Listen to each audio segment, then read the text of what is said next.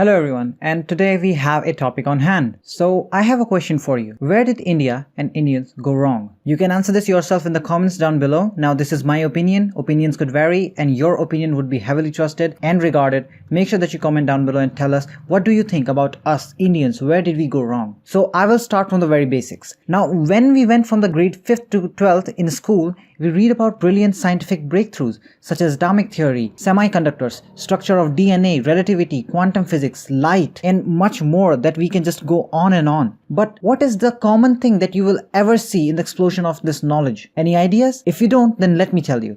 Almost without exception, every breakthrough in science came from Europe and US. Japan finds some honorable mentions, but for nearly 1,000 years, it looked like the rest of the world just went to sleep. They made zero contributions, even India. Now why did this happen? Or like everything was from Europe and US, why not India? Now look, I'm not a historian, but in fact that Indians as well as Asians and Africans failed to look around. They failed to ask questions about the world, like Newton asked, why do things fall down? What is heat? Why do children look like their parents? Often enough, but not always. Why does light travel so fast and how it travels so fast? Why can birds fly but we can't? Now, you might be thinking, well, yes, come on. You should be saying that Indians did ask some questions. I'm not saying that Indians did not ask the questions.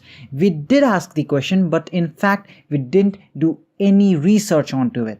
The scientific temper was just not there, and this was one of the greatest fate that India has ever faced in history. We remained mired in superstitions and bigotry. We were busy creating layers and layers of untouchability and killing women in the name of sati, while at that time others were hard at work in their labs and discovering newer and newer things that is shaping the world today. Even in technology of war, we could not catch up. You tell me, you can be the world's best archer, but what chance do you stand in front of a person with a gun? Zero. We got colonized, and even then we failed to learn any lesson. We remained busy killing each other down in the name of religion, caste, but had no problem being the serfs to the British crown. We exported raw material from India, the thing that we produced here naturally, and we imported finished goods from the industrial system that was prevailing there in Britain. Even if you see, these systems that were created by the British Empire over to the Indians completely destroyed the Indian economy. They ruined us. They took every single thing, every single raw material that they could take from India, and using the industrial revolution that was going on, and they created numerous products, and then they used those numerous products and put them on heavy taxes, imported them here in India, sold that to Indians, and still Indians thought that yes, we're doing good. Now look, the thing is that it is not about skin color, it is not about climate, it is not about blue eyes or blonde hairs, it is about science. The prevalency of science. I think the reason we need to understand this is that we're not out of the woods even now. The gap is not narrowing, not yet. Even today, every little technology, from the cell phone in your pocket to its 20 megapixel camera to your laptop and your Instagram page, everything is dripping with technology either made in Europe or in the United States. And to an extent, Japan and Korea too. But the question that remains is that have we learned our lessons yet? But I think not. Even today, science teaching in our school is 95% rote learning. Teachers teach by shutting down the child into submission so that he or she does not ask any questions so that the teacher could be irritated. Now why so? Because the teachers are not experienced. Well, that's not an excuse. Some of the teachers are very well experienced, but the education system that is prevailing over India pulls them down. We're teaching our children to be subservient, not to be critical. In the US, children are not taught to obey the parents, they're taught to do the right thing. But here in India, just obey the elders. As long as you do that, outside the house, you can misbehave with girls or do the hell that you want, and that's all excusable. But don't challenge elders at home. Now, with all due respect, obedience is not what we need. I never had the heart to tell anyone you should obey elders. No, he have the right to do the right thing, and he should learn to distinguish right from wrong. And I'm not saying that you should be indisciplined or do some punk behavior, or it might be a free-for-all. You can just go hit anyone in the face and say anything to anyone.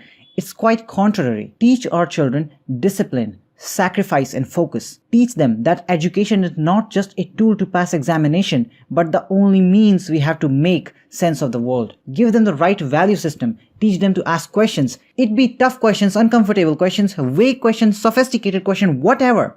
If they end up telling their dads that he should not be rude with the domestic help, the purpose of education is well served. If they oppose dowry and untouchability, fantastic. Remember, elders are not infallible. They are just older. Now let us move to higher education. This is quite funny because I think it would be much appropriate to call it lower education. It is a disaster and nightmare rolled into one. You want an example? Let me give you. Just look at the so-called private engineering colleges in the country.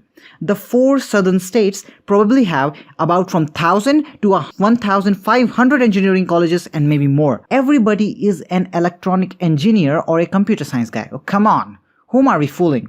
It is a bloody joke. It is a shame, and it is a bigger shame that it does not embarrass us enough to do something about it.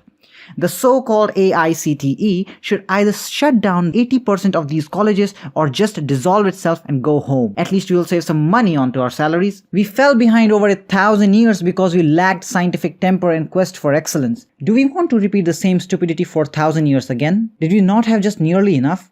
Let us shut down the pseudo-scientific babble we hear every day. Stop this pursuit of horoscope and astrology. Let us embrace science, hook, line and sinker, and let us embrace ethics and values and shed some of our hypocrisy that we have in truckloads. What do the next 1,000 years behold for us? If anything, science will matter 10,000 times more. It would be more tragic if in 3018 someone asked this question again. Where did India go wrong? And for God's sake and for the sake of our children, let us course correct now. Thank you.